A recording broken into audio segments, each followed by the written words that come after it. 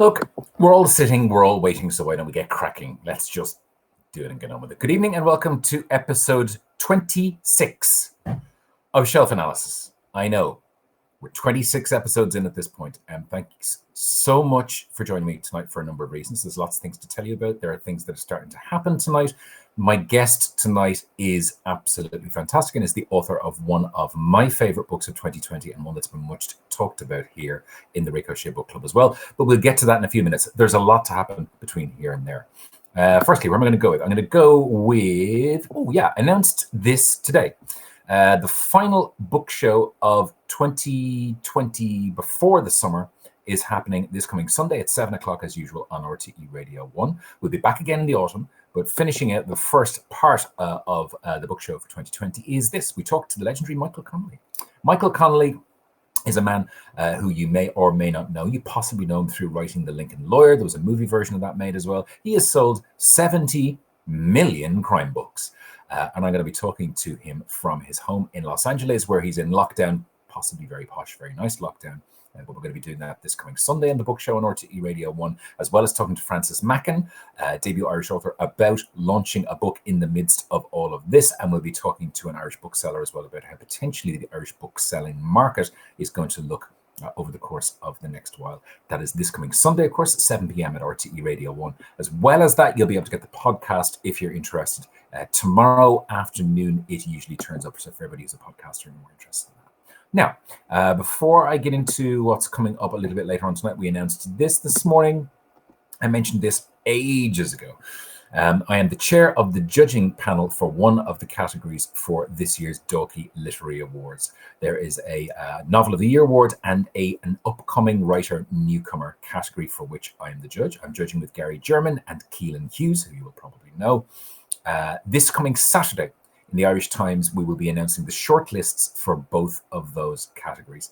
I'm not part of the other set of judging, but when it comes to ours, there's a fantastic set of newcomer books that hugely deserve where they are going to be and from which we will pick a winner. You'll find out all of the details of that, the Dalkey Literary Awards, this coming Saturday in the Irish Times as well. It'll be online. You'll be able to find it everywhere as well.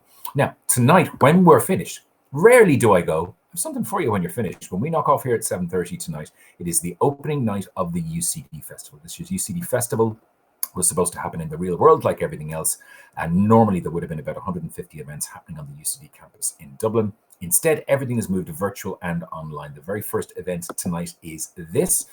It is Colm Tóibín talking to Professor Margaret Kelleher of UCD about cultural spaces post-COVID-19. That starts at 7:30 tonight, immediately after we're done. So when we're finished and when we knock off, I've stuck a link. It is the pinned post currently in the book club. It's you'll find it on the UCD Festival YouTube channel anyway. But if you're looking for how you're going to find this when you're finished with us this evening, have a look at the pinned post. The details are there. I've curated the literary part of the UCD Festival this year. We've other events coming up, including, worth giving a mention out to Dave Rudden, talking to Anne Griffin and to Helen Cullen about the nature of doing a master's in different forms of the arts, and then about their own work as authors. That's also in there as well. I will also bring you this. Well, I won't. Jonathan McCrae will. Jonathan McCrae talking to Mark O'Connell about UCD Belfield in 2070, given that it's the 50th anniversary of Belfield campus this year, and about Mark's new book. He talks to us on Shelf Analysis on a previous episode. We're going to find out more about that. And the final one that I want to flag with you, mainly because it's the one that I'm doing, is I'm talking to June Caldwell about Nuala O'Phelan. June has put together, curated an exhibition for the Museum of Literature Ireland on St. Stephen's Green. That exhibition will be upcoming when Molly reopens again. She's going to be talking to me about putting together that exhibition and about Nuala O'Phelan's life and work. And that's this coming weekend as well. All of these events are free. If you want to find out more details, just go to festival.ucd.ie and you'll be able to register there for your free ticket. Festival.ucd.ie is where you'll find that. Now, what else have I got for you? I got other things for you. There are other things happening. Karina, what's Karina reading today? You will know Karina if you've ever watched any of these episodes. She is our primary houseplant, and she is the great reader amongst all of them. Karina sends me missives as to what she's reading at the moment. And there's Karina in front of She seems to be getting very close to that other houseplant, but that's fair enough. And yes, they are my hats. That is Sarah Crossan's brand new book, Here is the Beehive, which only arrived in the house today, Karina. I know, but just don't bend the spine or whatever by the time we get to it. And that's the brand new Sarah Crossan, which lots of people have been talking about here, including Jane Casey in a previous episode of Shelf Analysis a little bit earlier in the week. I think I've almost got everything talked about. That's it. Those are the things you need to look out for. Book show this weekend, UCD Festival happening immediately after this at 7:32. I kind of want to get in to my guest tonight. Briefly, just before we finish as well, at the very, very end, hang on, because next week there are episodes of Shelf Analysis on Tuesday and Thursday. You're going to want to be here for Tuesdays. And I will tell you who our guest is at the very end of the episode here tonight. First of all, I have teased this throughout the course of the day as being that our guest tonight on Shelf Analysis with the author of one of my favorite books of 2020. She's also been the author of more than one book that has made me cry in the past. And she's been a brilliant interview guest elsewhere as well. I'm thrilled genuinely tonight to say hello, Maggie O'Farrell. How are you? Hi, Rick. I'm pretty good. How are you doing? I'm okay. Tell me a little bit about where you are, how lockdown has been treating you over the last while, maybe as an author and just as a good old-fashioned human being. Like I do, an old-fashioned human being. Well, I'm in Edinburgh at home, and this week's been pretty nice. The weather's been gorgeous.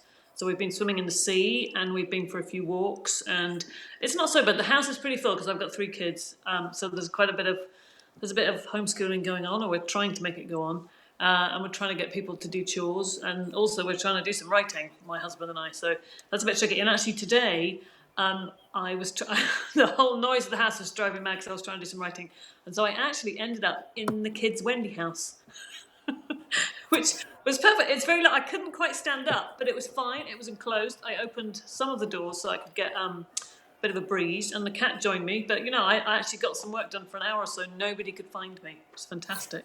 I think there's a huge amount of creativity going on in terms of authors finding spaces to write in. I think it's Anne Griffin I saw earlier in the week who went into her car and sat in the driveway just so she could get some writing done away from her kids. I've done that before, actually. Yeah, I've actually done quite a bit of writing outside, play dates, waiting for my kids to finish clarinet lessons, things like that. You never know. You just have to, take it where you can find it, I think. And do you fall into the category at the moment of writers who are kind of getting something done, or do you fall into the category of writers I've spoken to who have gone, it's not going as well as it could be, although in theory that this is what I normally do anyway and I'm normally at home? Well, it is, I don't know, it is strange, and I think writers are probably quite good at dealing with the lockdown because we are quite used to being at home. But I think the thing is, I think I always try and balance quite a bit of being at home, but also getting out quite a lot. I really miss seeing my friends, and I really miss going to the swimming pool, and I really miss going out to the cinema and the theatre, and I find that really hard. So I think I think all writers have to kind of balance a bit of indoor and outdoor activity. But I think I don't know. It's not so bad. I mean, I think you just have to look on the bright side always. All 5 of us are well at the moment, touch wood. We've got a garden, which is a lot more than most families have, and and the weather's good. So you just have to count your blessings, I think. I'm going to ask you, before we get into what is allegedly the spurious reason I've given to bring you onto the show tonight, which is to recommend some books for people, I do want to talk about Hamnet. Maybe talk a little bit about the book itself for those people who don't know what it's about, but also about the nature of having a book that comes out right now and you're kind of in the middle of in theory, what could have been a season of which you would have been at festivals and you would have been out there, promoting and talking about the book in the real world. Yeah, I mean, that's been quite hard, because I think you do spend however many years it is sitting in your room talking to your imaginary friends when you're writing a book. And, it took me kind of 3. I mean, I've been wanting to write Hamlet for about 30 years, actually, since I first heard the story of Shakespeare's son who died aged 11. And that was when I was studying the play for school. That actually took me about 3 years to write. And so at the end of it, I kept thinking, and then I get to go out and I get to meet real people face to face. And going to festivals is great, because not only do you meet other writers and you hang out with people and you make friends often, but you also get to hear other people speak about their books, which is amazing. And you also get to meet readers and you get to exchange, what you've been reading or ideas, and and I think that is fantastic, and I always do love it, and I love going to new places, and I love And I've really missed it. I haven't been to Ireland at all this year yet, which feels a bit strange. I don't really like that idea of not having been over yet. So yeah, it has been very strange. And I think it was, I think nobody knew what it was going to be like. I didn't know what it was going to be like launching a book in the in the middle of a pandemic. Nobody could have foreseen that coming. And it's strange, doing things like this, from my living room. And I'm, and it is all, it is strange. And I keep hearing that word unprecedented, which I've really got sick of, actually. Haven't we all just got sick of unprecedented times? But it is, it is very odd. But I think, and I think we've all had to learn a huge amount about each other and also about ourselves, and probably about technology as well. I've certainly been. Apparently, the word is upskilling, which is a horrible neologism, but apparently that's what everyone's had to do. I was one of those people who completely resisted the whole idea of doing things like this, and now all of a sudden here I am, and here we are, and we're talking to you. Just maybe tell us a little bit about the book and about how it begins and about where it takes us. So the book is inspired by the very short life of William Shakespeare's only son, who was called Hamlet. And when I was studying the play at school, my teacher mentioned in passing that Shakespeare had this son who died aged 11. And about 4 years later, he went on to write the play Hamlet. And sorry, that is my daughter in the background. You can probably hear her. In Elizabethan times, spelling was a lot less stable. So Hamlet and Hamlet are actually the same name. They're interchangeable in parish records. And just ever since I heard that, the story just really got under my skin. And I was really, I would often, because I studied literature at university, and I remember asking people then, do you know what Shakespeare's son was called? And nobody knew. I don't think he's very well known. He is mentioned very briefly in Ulysses. But it just seemed to me that he'd been really forgotten or overlooked by history and by literary criticism. So I wanted to write this novel to kind of give him a voice and a presence. And also, I think, it's always fascinated me, the link between the death of this boy and the play. And, it's not nothing to call it probably your greatest tragedy after your dead son. That's telling us an enormous amount. It's speaking volumes to us. So I don't think that link or his presence, actually, Hamlet's presence in the play, and also in Twelfth Night to an extent, I think without the death of that boy in 1596, we wouldn't have Hamlet and we wouldn't have Twelfth Night. I think, firstly, if your daughter wants to make an appearance at any point, this is that kind of show. This is entirely welcome. We're very laissez-faire about this kind of thing. I've locked the door. Okay. Quite a voice on her. I found the book is beautiful. Firstly, it's one of the best things I've read this year, and you've made me cry again, which is a relatively rare thing to do. So, not at all. Thank you. The book itself. Only one thing I wanted to talk to you about, and I think we've spoken about this briefly on the book show when we did an interview there as well, is about himself. He plays a part in this, but he's not named, because I think in order to do that you were saying that would have been a very strange thing to say Shakespeare walked into the room. Yeah, I did think about it. I thought about it from several angles, and I was thinking, well, can I call him by his surname? Could I call him by his first name? Could I call him Bill? Which seems so presumptuous. But actually, his name carries so much heft, and we all have our own relationship with Shakespeare inside our heads, and he's in our language, he's in the way we think about ourselves. That you can't, like you say, you cannot write a sentence saying William Shakespeare sat down and had his breakfast without immediately being pulled out, and you just feel like a total idiot every time you even begin to think that sentence. So I can't, if I can't write it, I certainly can't expect people to read it. And so I just decided, and also, I wanted the idea that he, quite rightly, obviously, he is the focus of all the biographies about him. He's the focus of all the stories about him. But it seemed to me that there were stories to be told about the unspoken stories behind him, the family behind him. There's so little emphasis on any of his biographies about his family, his children and his wife. Obviously, for a very good reason, the focus is on his career in London. But it seemed to me that there was this enormous void, which no one's ever really explored, about his children and his wife and his sort of domestic life back in Stratford. I think it's immensely fertile ground, and I think that's one of the things that makes the book so brilliant. Okay, I'm going to stop making you turn red now. We're going to move on to what you've chosen for tonight. I ask every author to bring along 3 books. There's no criteria. It can be anything. There's no set rules in advance. So, and in fact, this time around, we haven't even talked about this before, so I have no idea what's going to happen. What have you got? Anything could happen. Well, actually, I'm going to start with this, which is a very old copy of Edna O'Brien's novel, A Pagan Place. Now, my parents obviously have a lot of Irish books. And my mum, when I was probably about, I don't know how old I'd been, about 13 or 14, my mum said to me, just read anything you want, anything on these shelves, just take one down and have a look. And she said, but not these, don't read those. So, of course, the first thing I did when she went out to the shops was go straight to that shelf and get them all out. And so I did read all her, and so I've been going. I mean, I've read all her novels actually, and I am a big Edna O'Brien fan. But I've been recently, and during the lockdown actually, for some reason, I've been going back to her really early works. And I was thinking tonight about which one to choose actually from her early books, and this one I think is my favourite, A Pagan Place. It was the first book I ever read, which was written in the second person singular. So the whole book is about you. You do this, you do that. And it's an absolutely fascinating. It's got the most incredible construction of a childhood in rural Ireland, and then the sort of constraints of the church and propriety and womanhood, in a sense, get tighter and tighter around this character until there's actually a terrible denouement at the end. But I think it's an absolutely brilliant book, and it really made a huge impression on me when I read it illegally as a teenager. And I have gone back to it every few years. I haven't read it now for about 10 years, actually. It's quite interesting reading it now as a mother, particularly to daughters, which I find it's absolutely gutted me, because just the idea that anything like what happens to this child would happen to my children makes me, I don't know what I would do. But yeah, so it's an absolutely fantastic book. I've never read anything quite like it. And I think, what is it that parents don't get about if they point at something and say, whatever you do, don't go near this? That's immediately going to be the first thing you're going to do. And ultimately, in the long run, I mean, it doesn't appear to have, damaged you in any way, shape, or form, and things, kind of went well. So quite useful, because I think I probably may not have picked them up if she hadn't said that, but then I did, and it completely, I sort of soaked them all up.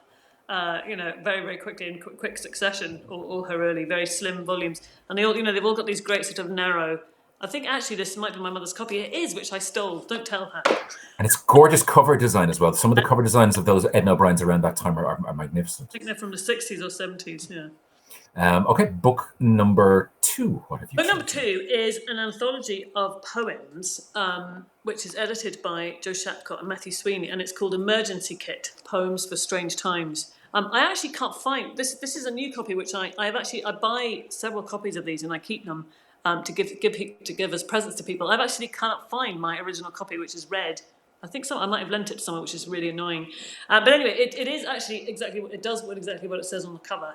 It has a kind of poem for every strange and unusual thing that might happen to you. I don't think it has anything about a pandemic. Maybe I should have a little look. But it's an absolutely fantastic anthology, and I have discovered so many new voices and so many.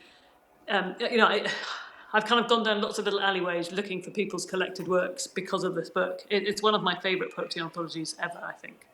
It's one of those things that, from having spoken to so many authors on the series so far, people who were finding it hard to read, let alone write as authors, a lot of them seem to have taken refuge in poetry as well. Did you find yourself doing that as a result of this? Have you read more poetry recently? I have. I mean, I always read quite a lot of poetry anyway. I often, when I feel a bit stuck with my work in the afternoon or the day, I often think, I think if you do find yourself running dry, it's time to return to the well.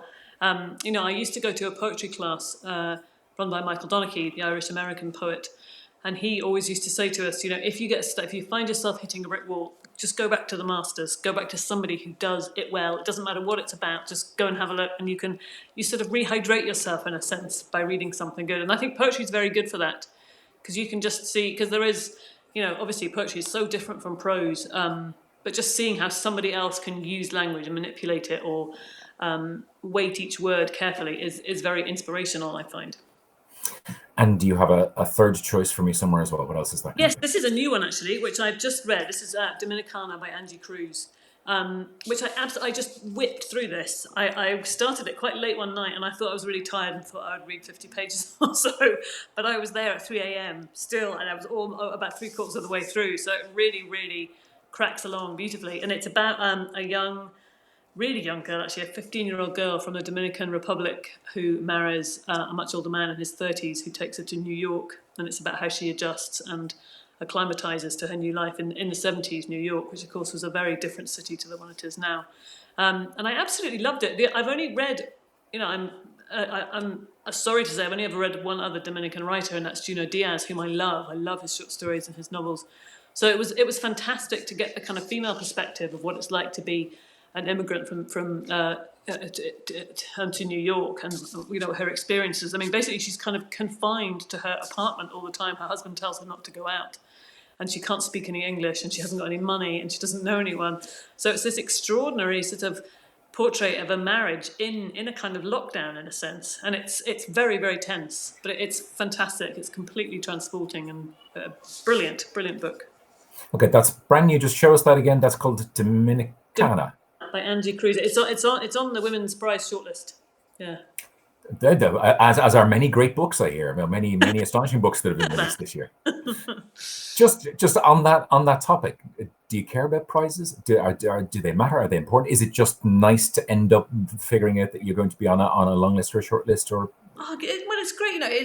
It's always a really nice phone call to get, and obviously and frankly, being on a shortlist feels like you've won at all. It feels like you've won anyway. All 6 of us, I feel, have won being on that fantastic list. And it is, I do think the Women's Prize is a wonderful one because it is always one that I alter my reading for. Whatever ends up on that shortlist or that long list, I am going to seek it out and look for it. But it's amazing. I've been reading through the other shortlistees, and it's fantastic. They're all so different. I mean, I have absolutely no idea how the judges are going to judge between them because they're all so diverse and different, and so many different voices and perspectives and geographies in there. So no, it's been fantastic. Actually, it's been a fantastic read. I got a couple of comments from people who are in already. If you want to, by the way, you can drop one here at the bottom and it'll turn up on a thing on the side from here. There's lots of love for Hamnet. Lots of comments coming in. Nolene Smullen says, though, hi Maggie, I read Hamlet last week. Best book I've read this year and for a long time. It's an absolutely great read. Loved it. Thank you. That's less of a question, just more generalized love. Bernie, though, says, I'm a great fan of your writing. How difficult was I am to write? I found it so personal and honest. I mean, in a sense, it wasn't too difficult to write. It was quite hard to publish, actually. I mean, the writing sort of came, I didn't actually intend to write it at all. I've always felt very wedded to fiction and to being a novelist. So I was a little bit surprised, actually, when I actually started out trying to write Hamnet, and then I sort of swerved away and ended up writing all this autobiographical stuff, which was a bit of a shock to the system. So actually, it wasn't the writing that was tricky. It was more the sense of deciding what was to be in and what was to be out. I think the trick with any kind of memoir is that you have to decide how much of yourself you're willing to give away and how much you need to conceal. And also the people around you. That was a really hard decision to make, to try and work out how much people in my life wanted to be discussed or put out. And I think you have a big responsibility as a memoirist to the people around you to protect them as much as you can. So that was tricky. But I think I feel as though I have a very different relationship with that book than I do with my novels. Certainly, it's much easier. I mean, in a sense, actually, I think I realized one of the things I learned about from writing that book is there is actually quite a lot of me in the novels, but you can hide in plain sight in a novel. There's an awful lot you can put there, but no one will ever know which parts of it are you. And even if it is parts of you, you can just disavow it at a later date anyway and claim that. I can't hear you now, Rick. You've gone. You can. Have I disappeared? Okay, let me try that again. At all. You've vanished. Let me try turning myself on and off again. Can you hear me now? I can hear you now. You're back. It is the joy of turning yourself on and off again, if you pardon the expression. What I'm going to do is just really briefly to finish up. There's lots of love for your wallpaper behind, people wanting to know about that. It is beautiful. My husband hates it. We've had it up for about 10 years now. I love it. It makes me happy every single day. I think it's a thing of absolute magnificence. Before we finish, are you working on something else at the moment? What's happening next? Is something brewing? Do you have something on the way? Yes, I do. I have started something. I've started a novel, which I'm very superstitious talking about things I haven't finished yet, but it's going right. It's something that I had planned actually to write something else, and this one just popped into my head. In fact, it popped into my head while I was working in the car, interestingly, so we'll come full circle. Oh, and we've lost her. She's disappeared. Oh, that's really disappointing. It might have been a good way to finish because it seems as if Maggie was about to reveal to us what she's about to do with her brand new book. Nonetheless, That was a lovely episode of Shelf Analysis tonight. We managed to get, pretty much the entire interview out of there with slightly dodgy Wi-Fi. Thank you so much for joining us on the episode tonight. Thank you to Maggie O'Farrell for getting 99.999% of the interview in and done. Don't forget, starting at 7:30, the link is the pinned post here in the Ricochet Book Club. It is the first event at the UCD Festival with Colm Tobin. Other than that, that's it. I'll catch you tomorrow on RTE Gold, Saturday afternoon between 2 and 6 on RTE Radio 1 and RTE Gold as well, and then Sunday at 7 p.m. with a new book show on RTE Radio 1 as well. Before we finish, 2 episodes next week, Tuesday and Thursday. I did promise you were going to want to be here for Tuesday's episode. Tuesday's episode is... wait, before we finish, wait. Are you back? So I had that terrible moment where Maggie's returned. There you go. Fantastic. Are you there? You can see me.